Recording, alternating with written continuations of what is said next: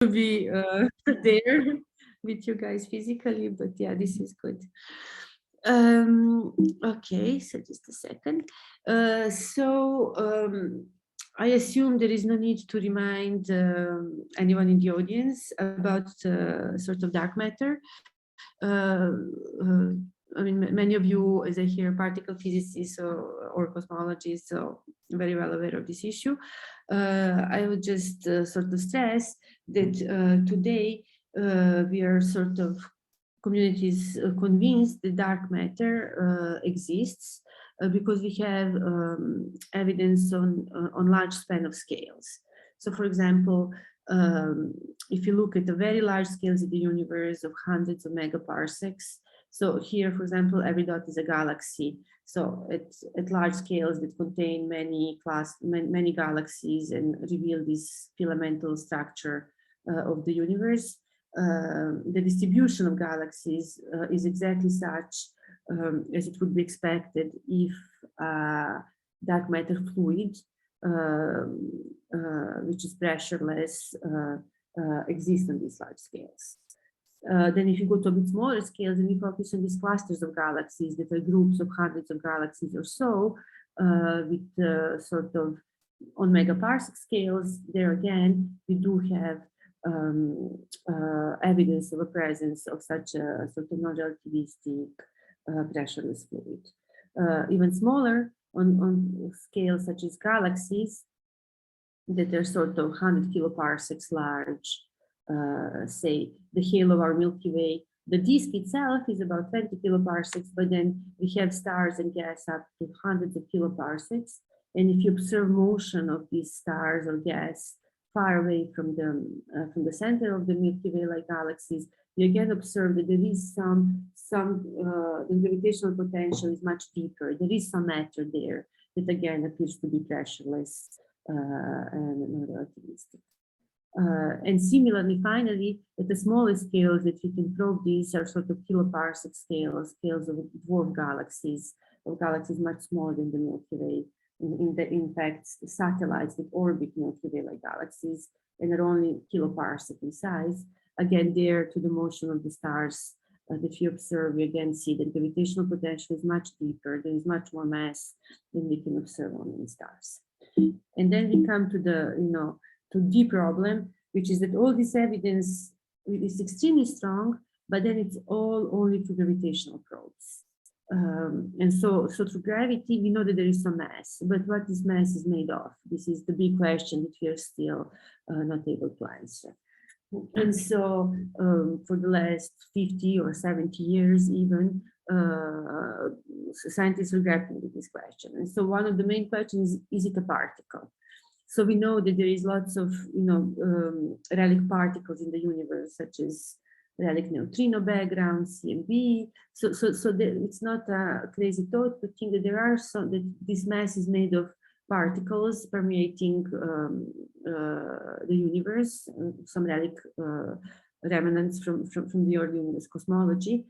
But then if it is a particle, how can it fit in the standard model that we know? So first of all, does it couple to the standard model at all? Then is it a stable, I mean, it seems to be stable particle, at least at the lifetime of the universe. But then why it is stable? It's not trivial to have stable particles. Is it just a single particle? First, is it elementary particle or it's some composite element? Then is it only a dark matter or entire dark sector? Then why?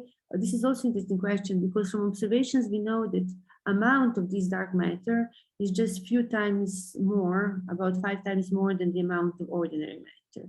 This is also a bit strange. It seems like giving us some clue, because if dark matter and normal matter are completely independent, the ratio of their abundance could be orders of magnitude different, while indeed it is just a few different. So this also is something that scientists try to use, maybe to shine some light on how this particle fits to the standard model.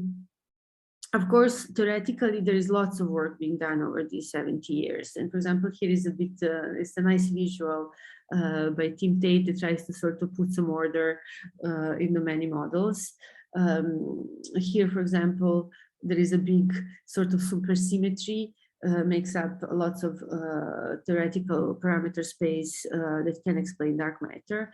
There is a QCD axion and axion-like particles. Then there are little Higgs model, extra dimension models, and such models like asymmetric dark matter, self-interacting dark matter, warm dark matter, and so on. Now, if you want to talk about gamma rays, we will focus on those models that can be probed by gamma rays. And then in terms of these particle models, there are two basically big islands. One is the so-called WIMP or thermal dark matter. I will go a little bit more in detail in a second, or axion-like particles. So both of these, in some parts of their parameter space, could be very successfully probed by gamma rays. And this is what I will focus on. Right, so this is more or less what I was just saying. Maybe let me focus here. So those Alp-like particles and WIMPs, in terms of mass, cover a very wide range, of values. So in terms of, this is electrovolt. So you see that WIMPs are there in GV to TV to tens of TVs, while Alps or axion-like particles are in this range of 10 to the minus 3, 10 to 10 to the minus 20 electron volts. So they span really orders of magnitude in terms of mass.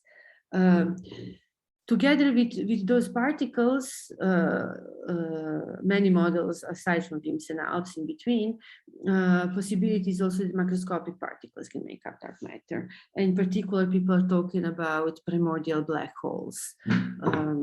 Those would be black holes that collapsed very early in the universe and are sort of solar or even asteroid-like mass, and just sort of hang out there in the universe, basically not interacting with anything else and providing this fluid of pressureless matter that we observe gravitational. Okay, so but as I said, I will be focusing on sort of those models that have gamma ray signatures, and among those, of course, thermal dark matter is one of the main candidates, and that is basically the idea, as I'm sure you're very well aware of, is that the dark matter particles in these models interact with each other and can basically annihilate or in producing standard model particles. So there is some coupling to the standard model sector, and basically the idea is that such particles were produced in the early universe in some way during the heating, and then kept in equilibrium with standard model particles through interactions like this. At some point, such interactions ceased, leaving a relic abundance of dark matter hanging out there in the universe. So this is, for example, what happened also to neutrino background. Similar fate was also had by neutrinos, which now again exist as a relic background. And the idea here is to say, okay, dark matter could be really something like a neutrino, could have the same fate in the early universe, could just decouple, stop interacting with standard model when universe expanded and cooled, and this dark matter that remained relic is the dark matter that we see today. The good thing about this is that later on in the universe, when structures collapsed, like in centers of galaxies or so on, dark matter particles, the density of dark matter particles increased in some places, and there this annihilation can recouple again. And so then the idea is, let's look with our gamma ray telescopes or whatever instruments that we have in those places where we have high density of dark matter today, and see if we see some remnants of these interactions, some gamma rays coming from dark matter coupling and actually annihilating to dark matter, to standard model particles. And then from particle physics perspective, natural scales to look at are TV scales, if you think about beyond standard model theories. And also because you know that these guys had to decouple in precise moment in the history of the universe in order to have observed abundance today, we sort of can guess what is their interaction cross-section. So in this case, we have very good clue, what mass and what interaction cross sections to look at. Related to these are also a slightly different class of models, which are called decaying dark matter. Because for decaying dark matter, you do not have self-annihilation on this left-hand side of the diagram, but you would have, dark matter particle produced in some way, again, in the early universe, that is stable enough. It has lifetime longer than the age of the universe, but it's not completely stable. There is some broken symmetry that allows it to decay to standard model particles at some level. Okay, this is again something that could be naturally happening at TeV-like scales, which are scales related to gamma rays, as I will tell you later. But in that case, you do not really generically know where to look. You do not have precise predicted lifetime, say, generically predicted, like in this case you would have for annihilation cross-section.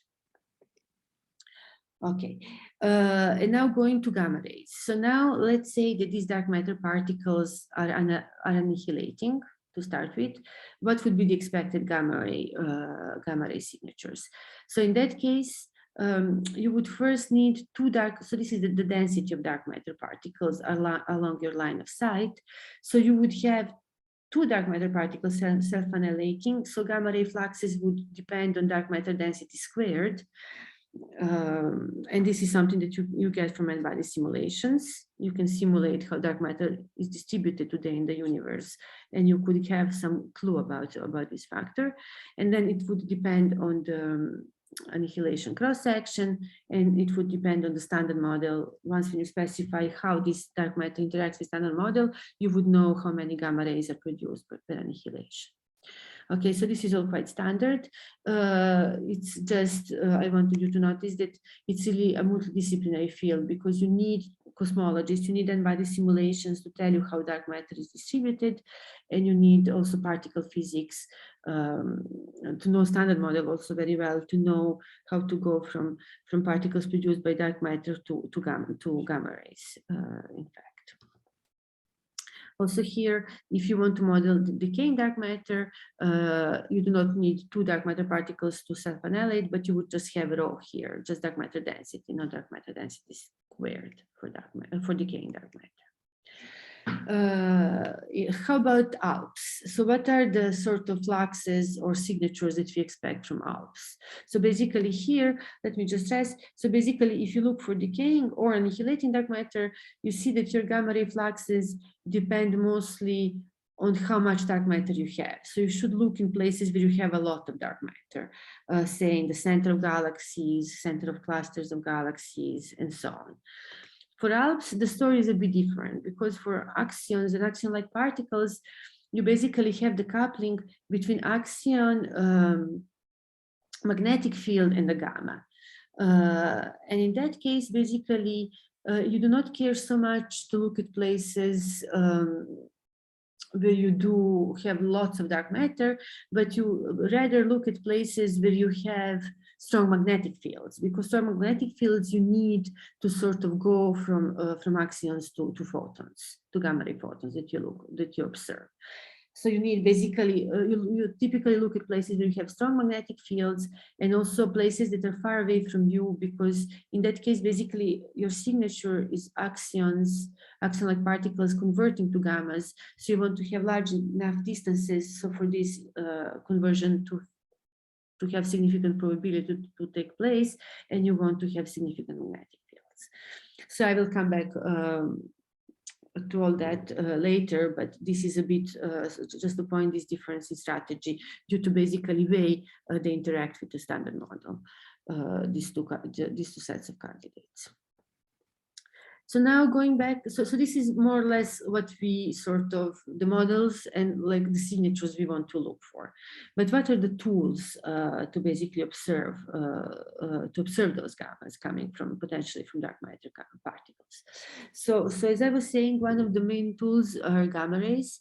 And gamma rays sort of cover energies above hundreds of MeVs, but mostly GeV, TeV, and up, PV, and so on. So those are the photons of the highest energies, and that's why they're sort of connected to the highest energy processes that sort of we believe could have signatures of dark matter.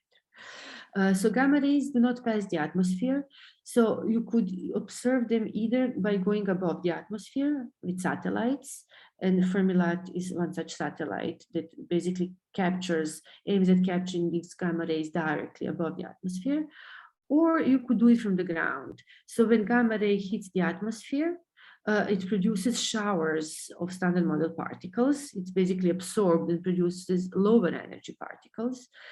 Those lower energy particles, as they propagate in the atmosphere in supersonic speed, produce so-called Cherenkov light. And so then basically what you do, you put sort of optical or UV telescopes on the ground that are sensitive to this Cherenkov light. This is one way to approach it. I will tell you more about different techniques, but say you put UV telescopes on the ground that detect this Cherenkov light, and from the shower, from a reconstructed shower, you basically work back to understand what was the energy and direction of the incoming gamma. Okay, so you can do it from the from the satellites or from the ground. And so on the ground, as I was saying, one technique is to have optical telescopes, UV telescopes that detect that map basically the shape of the shower. I will tell you that later. Or you could have water Cherenkov detectors. So instead of monitoring shower as it develops in the atmosphere, you can just put lots of detectors on the ground and just measure the particles that actually hit the ground.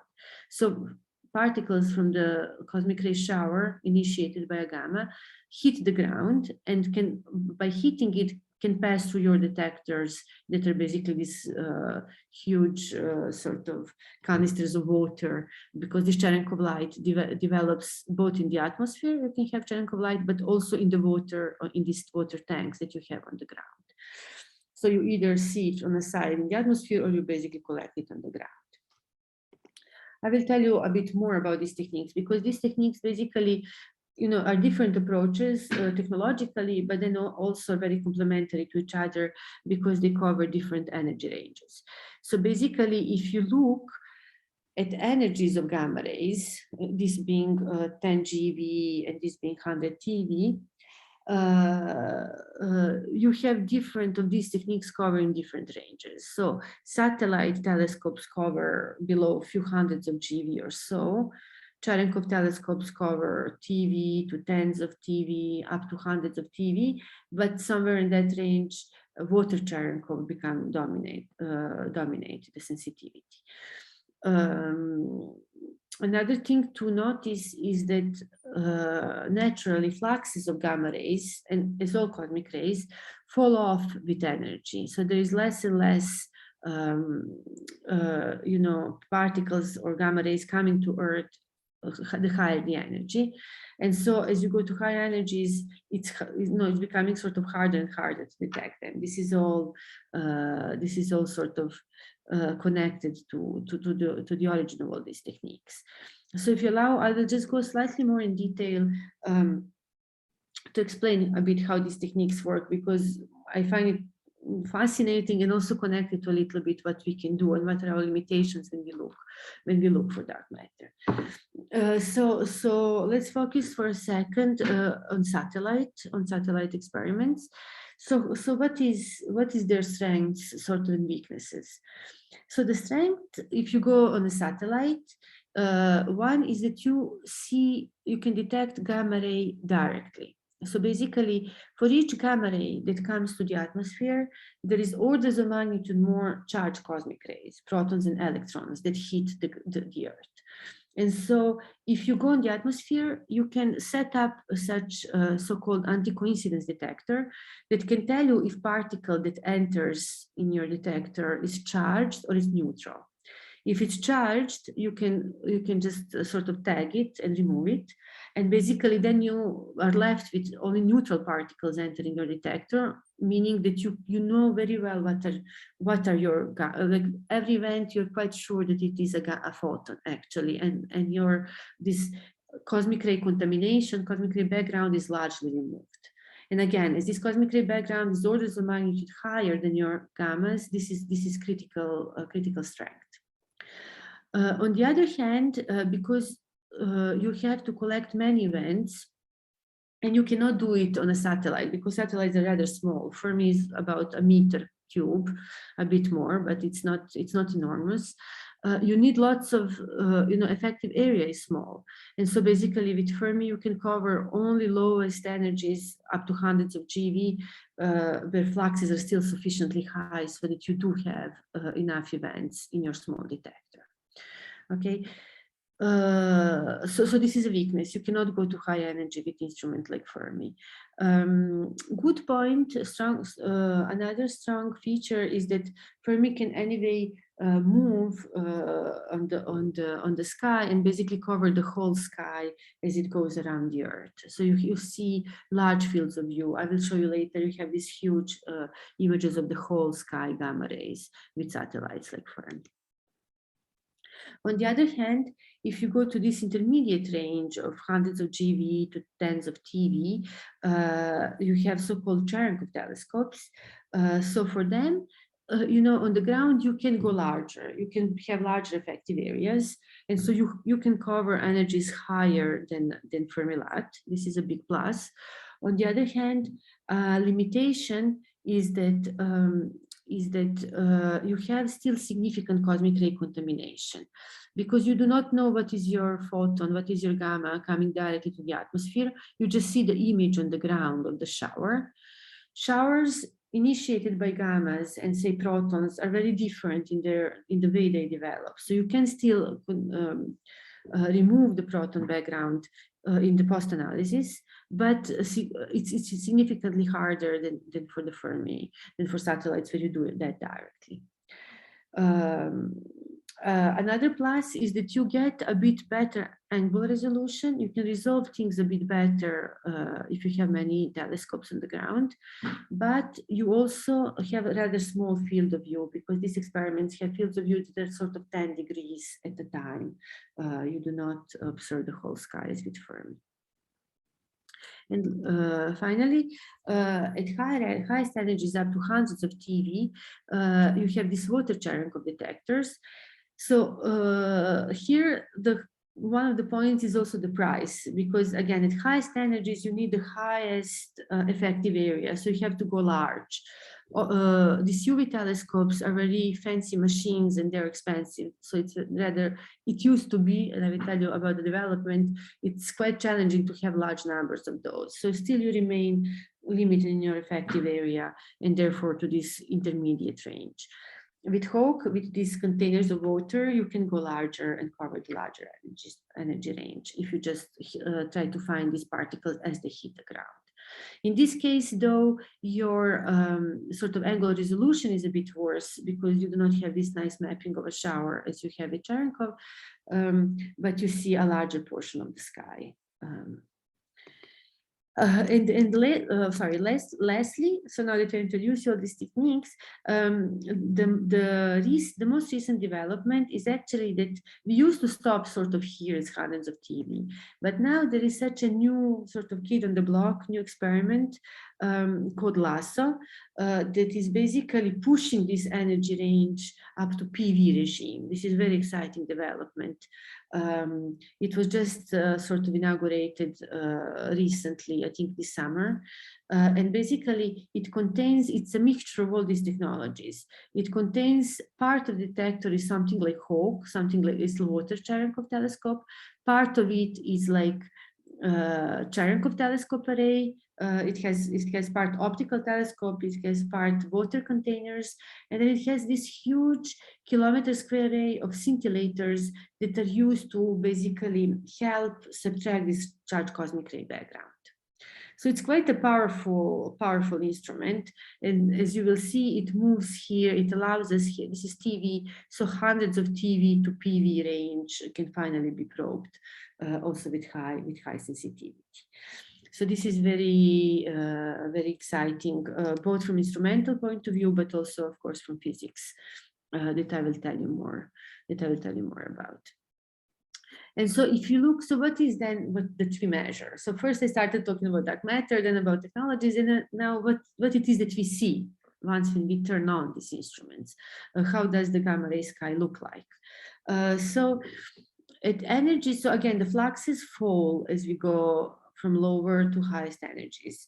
So at lower energies, around GeV or so, we have, and this is the reign of Fermi LAT,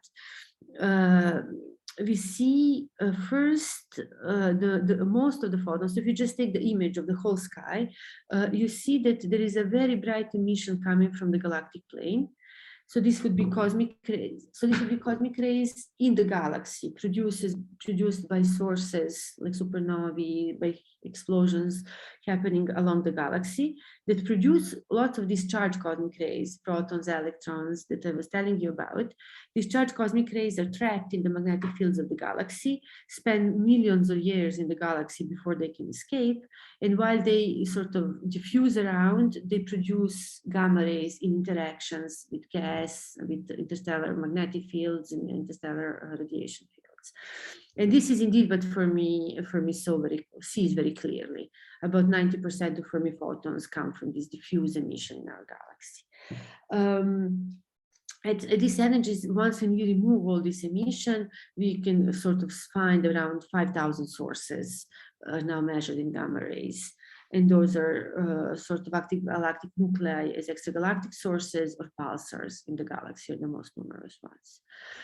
Then in the medium energy range, around 10 GeV and above, we start to see some other features. So there is still diffuse emission, but then what was also discovered are these Fermi bubbles, like huge diffuse structures coming from our center of our galaxy. That all this sort of tells us something about that the center of our galaxy is a very special place.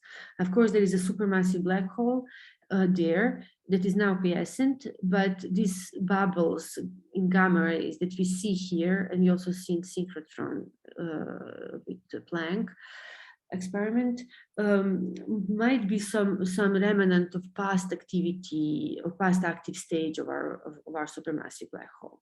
This is still not clear. However, right, the Galactic Center is where it's at, also for dark matter. So this all complicates a bit searches for dark matter new physics in this place. Point sources, you see as you move higher in energy, you have less. You're able to detect less and less sources. So these energies are around 1,000 sources or so. And then if you go to the Tranquil Telescope array, so you start to measure from the ground in these highest energies, basically you cannot yet detect this diffuse emission. Has telescopes manage to detect such extended emission only in the inner regions of the galaxy, few degrees around the galactic center. Some components, some parts of this diffuse emission that are so brightly seen at lower energies. And so I will tell you a bit more that we hope that this might change also in the future with new generation telescopes. Point sources are around 200 at the moment at these energies. Exciting development is that now with LASSO, that I told you that in the PV regime, now finally, that we managed to add a new plot here above PV. And indeed, this LASSO basically starting slowly to detect 12 sources so far at energies of above hundreds of TeV reaching PV. And so we are basically for the first time actually getting to peak into this energy window. So this is just the beginning. Probably in the years to come, PV data will just get better. So in the future, so basically now I'll tell you a few words about the future. So in the future, we should expect much more from LASSO, but there is a new experiment, so-called Tranquil Telescope array that I will tell you more about, that will sort of bring back sensitivity by an order of magnitude or more in this energy range of TeV to tens of TeV or so. So what is this Tranquil Telescope array? So Tranquil Telescope array is a sort of next generation experiment with these UV telescopes from the ground. It's one of the biggest European projects with participation also from all over the world: Japan, Australia, US, Brazil, Chile, many places. And in fact, Spain, as you will see, is very active also in this collaboration. And in particular, IFT as well is a member, via Miguel, who works for years in these collaborations. And so what is the idea with this giant telescope array? The idea is to have, so far I told you these telescopes are not so cheap. So typically current experiments have 2, 3 of these telescopes, and that's the most, the biggest number we got so far. Here, the idea is a bit more revolutionary, is saying, let's get tens, let's make actually array of these optical telescopes so that we can really improve significantly the science that we can do. Let's cover larger areas and let's have many of them so that we can really have very good mapping of the shower that will help us, learn about the gamma rays that we are measuring. And so this is done. So one is there is a big number of telescopes. Second thing is there are 3 kinds of telescopes that sort of are complementary to each other. So the idea here is to have, 4 large telescopes, so-called LSTs. Those are quite expensive because mirrors here are huge, and it's a technological feat to make such large mirrors operating. They also have to be very fast to slow very quickly at the second scale. So this is really challenging, and that also limits the numbers of such telescopes. However, the plan is to have 4 in the center. That would then, and because these are large mirrors, they can detect very faint light. So these guys are covering the lowest energies. Then to have a significant number, so this says 25, but this is probably changed a bit to lower numbers at the moment, of medium-sized telescopes that would, be more sparse and allow for large effective area at these mid energies from 1 to 10 TeV, and then to have huge numbers of small telescopes that would then allow you for sensitivity at hundreds of TeV or so. So here you can see effective areas of action of energy, and you see that LSTs cover lowest energies, MSTs middle, and SST the highest. So then, how about the place, like where these telescopes will be? So there will be two sites. One will be in the north, and this will be on La Palma Island. And as I was saying, Spain is very, very active in this experiment. Also to reveal the location, and the one in the south will be in Chile.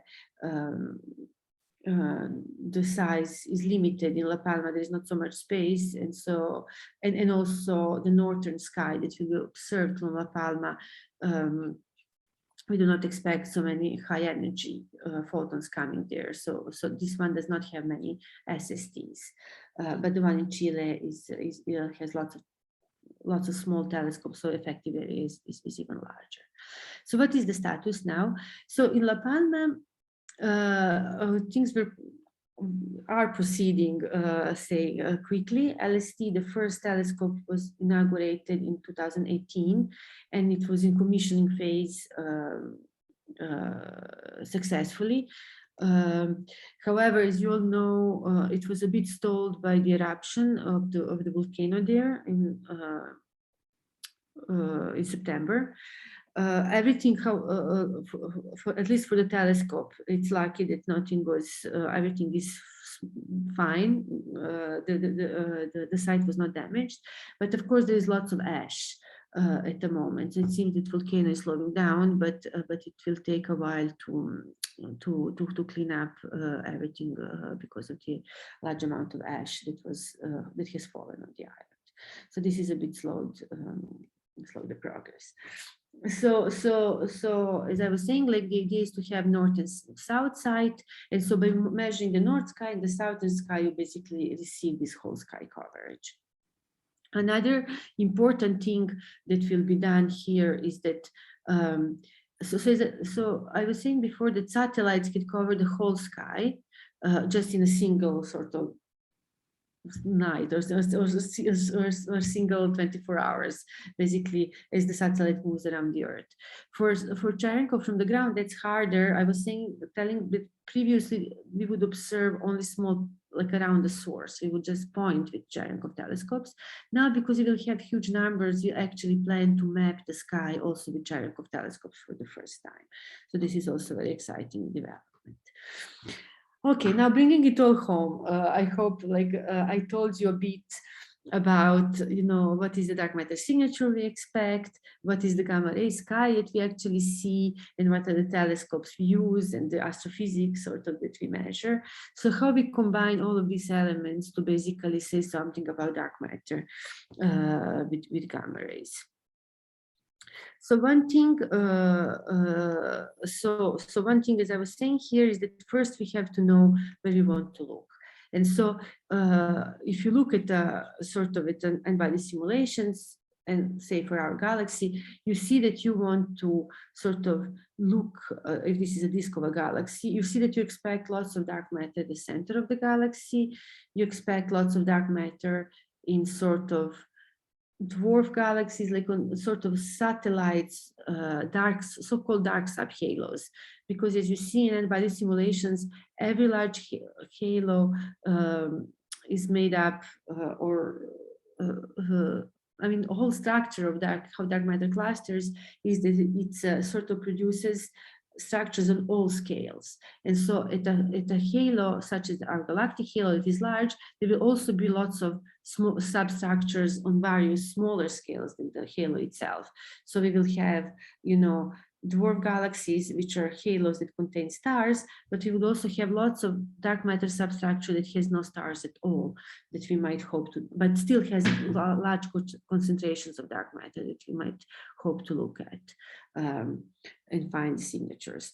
Then outside of our galaxy, there is a sort of galaxy clusters, which are sort of, if our galaxy is here, these galaxy clusters are parts in the nearby universe where hundreds of galaxies are clustered together in gravitational potentials, gravitationally bound together that are around us. But you also have a lot of dark matter.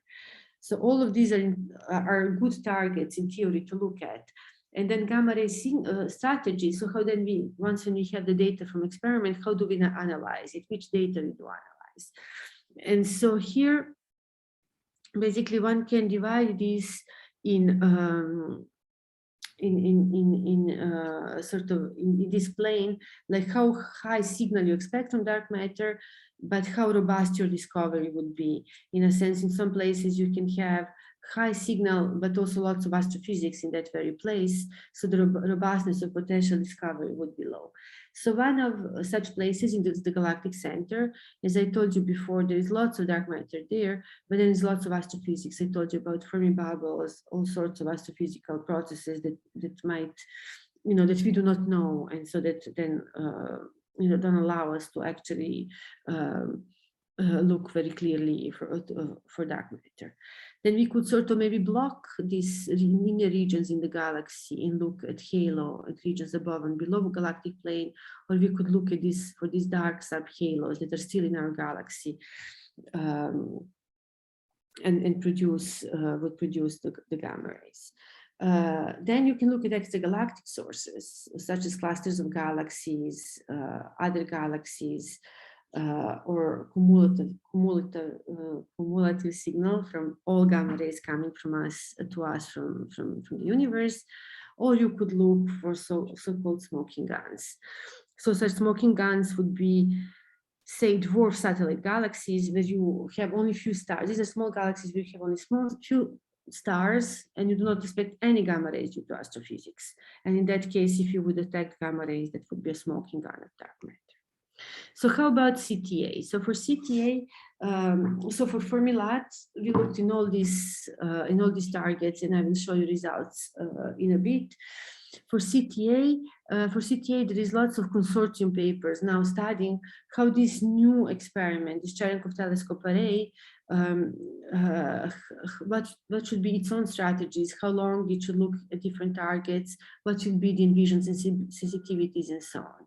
So this work is ongoing, And people are studying the Galactic Center, dark subhalos, clusters of galaxies, spectral line signatures, dwarf galaxies, and so on, and trying to see what would be the best for CTA. I mean, what would be realistic sensitivities of CTA for dark matter in these places. Let me just see a time a second. And so in particular here, I wanted to stress that there is also the Spanish group is also extremely active through your students.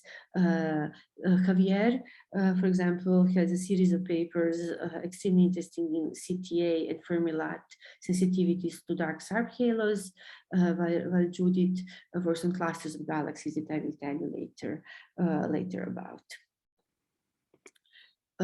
And so what is the state of the art at this moment before pre-CTA?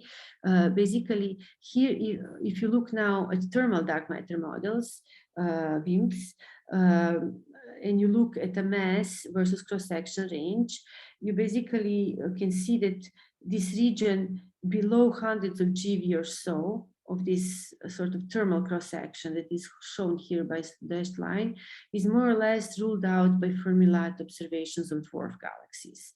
Okay, so you see that Fermi LAT more or less rules out these thermal WIMPs below hundreds of GeV. And at the same time, HESS, which is a current Cherenkov telescope array, rules out at TV range parts of parameter space of cross sections, but does not reach the thermal cross section. Okay, so this is more or less the pre-CTA state of the art. And in fact, it's obvious now that CTA sort of could help and sort of will actually contribute to this region here. I will tell you a bit. I just want you to notice that on this plot, there are also these circles, which is potential discovery of dark matter in the galactic center, so-called Galactic Center excess. I will not talk much about this. This has been around, this excess has been around for 10 years, 10, 15 years already. There is some weird emission in the Galactic Center that really, has very similar properties to what we would expect from dark matter. However, because astrophysics there is very complicated, it cannot be considered a robust discovery of dark matter at this point. So at this point, it's just a maybe that maybe we have a dark matter signal here to be checked in the future. At the moment, we do not know more about that.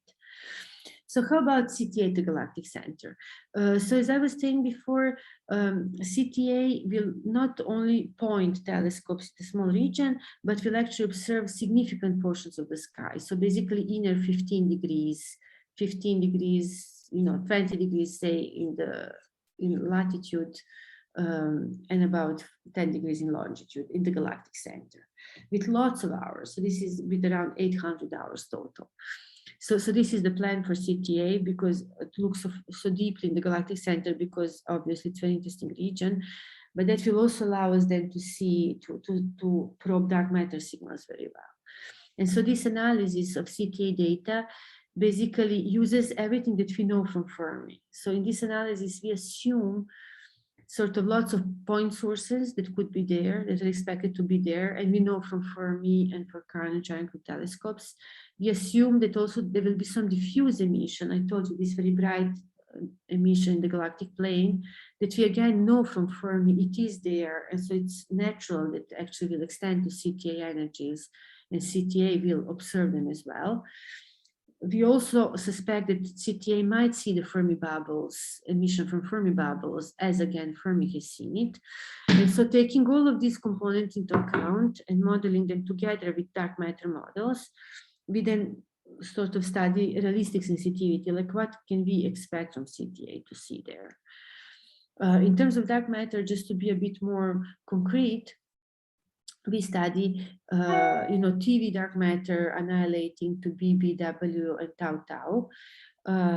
We do include electron-weak corrections, the particle physics part relatively robustly, even though at TV and tens of TV energies, even modeling the gamma ray signatures coming from dark matter annihilation becomes a non-trivial ordeal.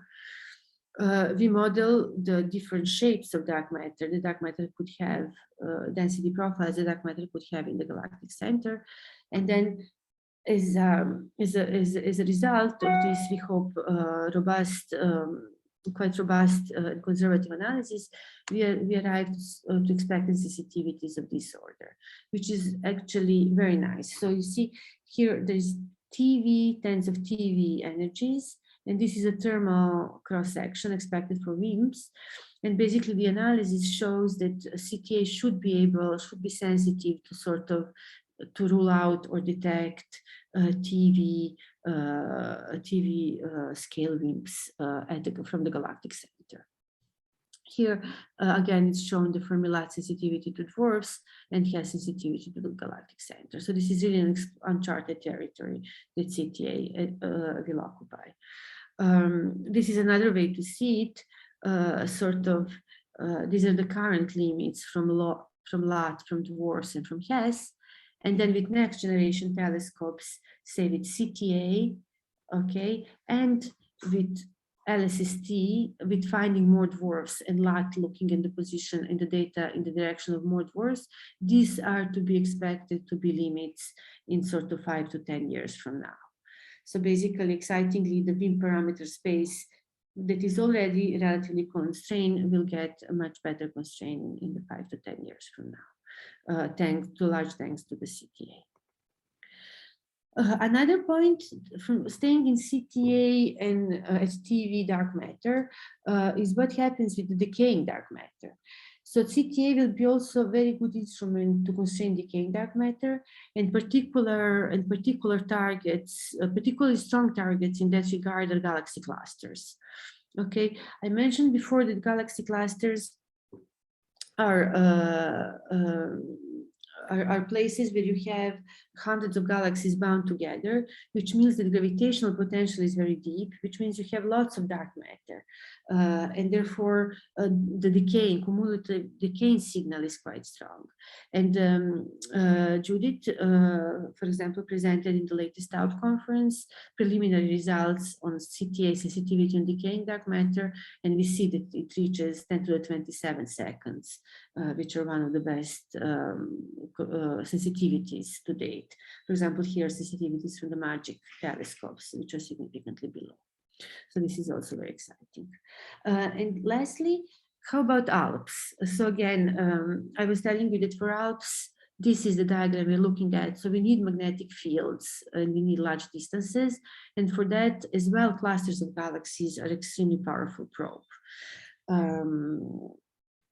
In particular, what are the signatures that we would look for in terms of Alps? Okay, so now we're not looking anymore on annihilation or decaying, but we look on conversion of dark matter to photons. Okay, so for conversion of dark matter, of axions, axonal particles to photons, what we care about is this probability of conversion. And that probability of conversion has sort of different regimes. Has this strong mixing regime that you basically probability is 1 to go from axions to photons. And then it has this sort of regime in which probability of conversion sort of has wiggles, experiences these wiggles. And so as a consequence, what would be then the signatures of Alps in the gamma ray data? You would basically expect if you have, say, some AGN in some clusters of galaxies. So say you have some cluster of galaxies and you have AGN as a source with strong magnetic fields in those clusters. What you would see the spectrum, gamma ray spectrum from such source that has wiggles. On the one hand, it could have wiggles introduced by these oscillations to axions in some energy range, and that depends on the mass and of the axion and magnetic fields. And in some parts of energy spectrum could sort of reduce the opacity, because gamma rays, as they come from large cosmological distances, are typically absorbed coming from us from extragalactic background light. But if they're axions, they would basically convert to axions, avoid being absorbed, and then convert back, which would sort of cause reduced opacity at the highest energies. of those spectra. So basically, what is the strategy? You look at the sort of AGNs that are sort of the centers of huge galaxy clusters. You look in their spectra, and then you either look for irregularities or you look at reduced opacity at the highest energy end. Such analyses have been done, and I will show you the sensitivity to those. I wanted just to mention the lastly, I know that I'm running out of time, one exciting signature, a smoking gun signature in this case for Alps, could be of a different kind. It could be that if we would have a supernova explosion in our galaxy, you know that if supernova explodes, again, you have strong magnetic fields, you have all sorts of, particles being produced in such explosions. But you're aware that in case of supernova explosion, we typically on Earth detect first neutrinos, which are the weakest bound particles that can escape the core of this supernova explosion very quickly. And then we have gamma rays and photons arriving with some delay, given that that for gamma rays it takes a while because they're coupled to other particles in the core to reach us, to escape the supernova and reach us outside. If we would have axions, though, what could happen is that axions would be produced via conversion inside of a core, could escape as quickly as neutrinos, the supernovae, and basically on Earth we could detect gamma rays and neutrinos at the same time. If that happens, this would be a smoking gun clear signature of some conversion due to Alps or new particles of such kind. And so basically another way to say, to study is to say, like, so how it could, so what would be the sensitivity? In this case, Fermi LAT is much more sensitive because we're talking about MEV like photons. What would be the, if there would be a supernova, how strong limits the Fermi could put? And this is the summary plot for Alps. So basically, okay, let me explain you the plot. So this would be the mass of an Alp and the coupling to the Alp, okay, axion-like particles. QCD axions live in this parameter space, so they're not directly probed by gamma rays. But axion-like particles, and particularly the part of parameter space where axion-like particles could make up dark matter, live below this line. And this line would indeed, and these are the current limits. So for example, Fermi LAT observations of NGC 1275, say one of these AGNs, sets the limits here, and current Hess limits are in this region. CTA, due to the irregularities of spectra in the same galaxy, should reach these sensitivities, and in fact, for the first time, start to probe Alp dark matter parameter space. So this would be CTA. And then in the case that supernova remnant goes off in the galaxy in the next, we hope 5-10 years or so, which could be, in that case, for me, would be able to probe this part of the parameter space. Okay, so gamma rays indeed are getting there, and sort of will start to probe Alps dark matter parameter space. Okay, so yeah, very late. I arrived in my summary. So basically, Fermi LAT already provided extremely good sensitivity to thermal dark matter, decaying dark matter, and also axion-like particles. But with CTA, we will for the first time be able to probe TV scale thermal dark matter. We will be able to constrain decaying dark matter with again unprecedented sensitivity, and also we will reach parameter space where Alps can make up all of the dark matter. So yes, just to tell you thanks, and yes, please pay attention to data coming out from CTA. Thank you. Thank you so much, Gabi, for the nice and comprehensive overview. Thank you. It was really, really great to have this overview of the status of the field, and also particularly paying attention to the imminent future with CTA. So let's see if we have any questions from the audience. or comments for Gabi?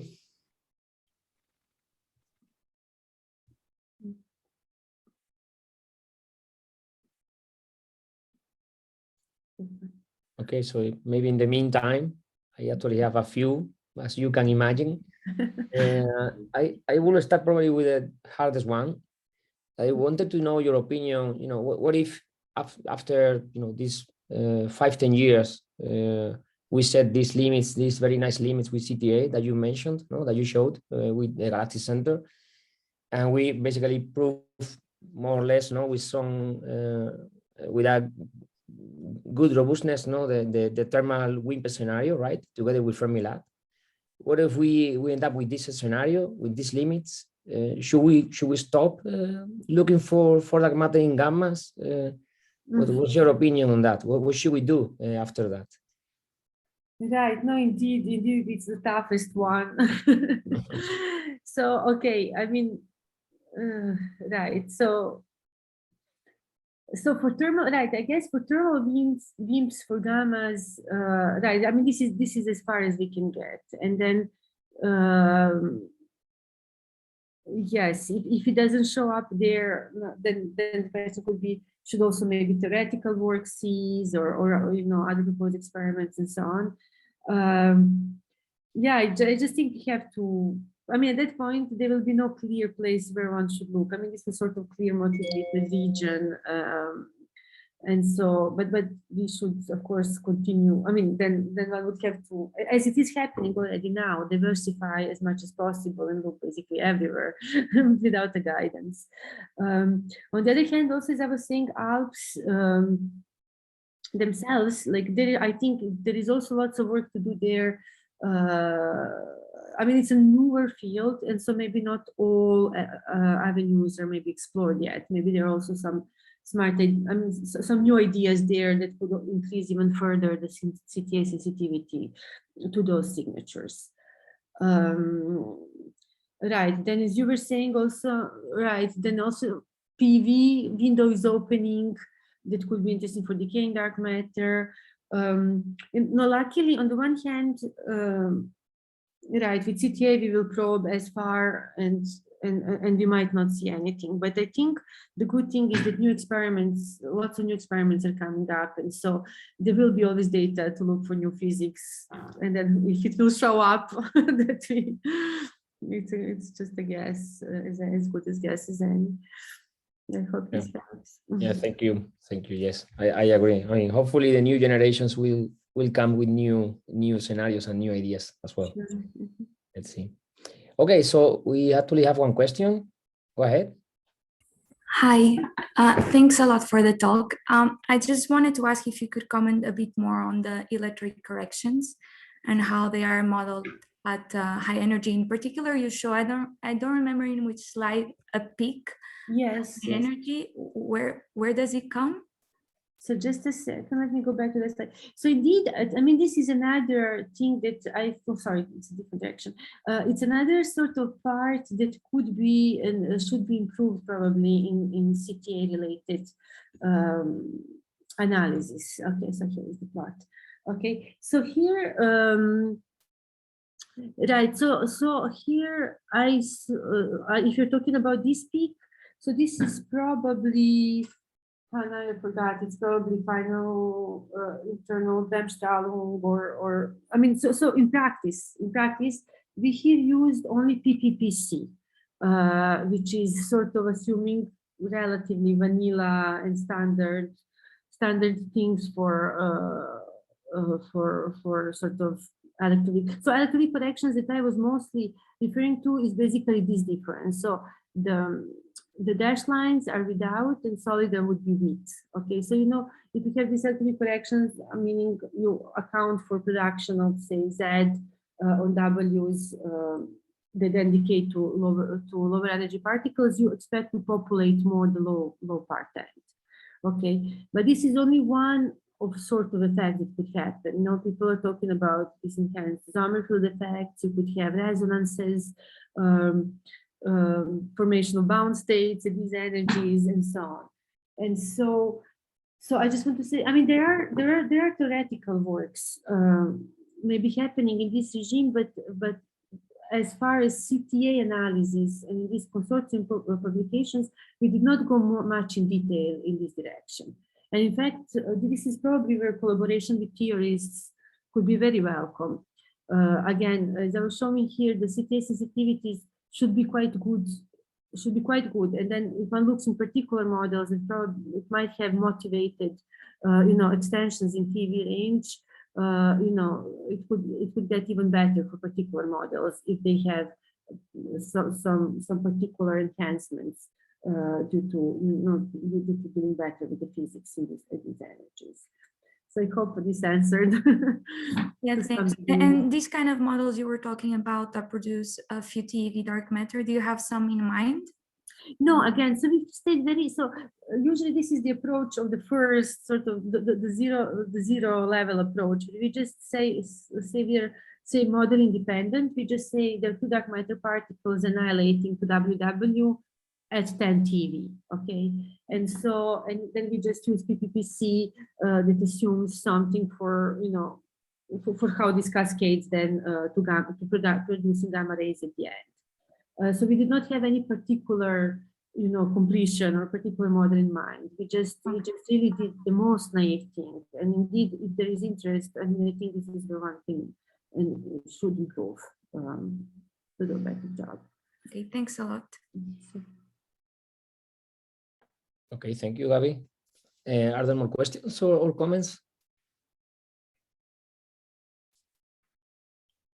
So if not, I think we can stop here. It's 11:35 already.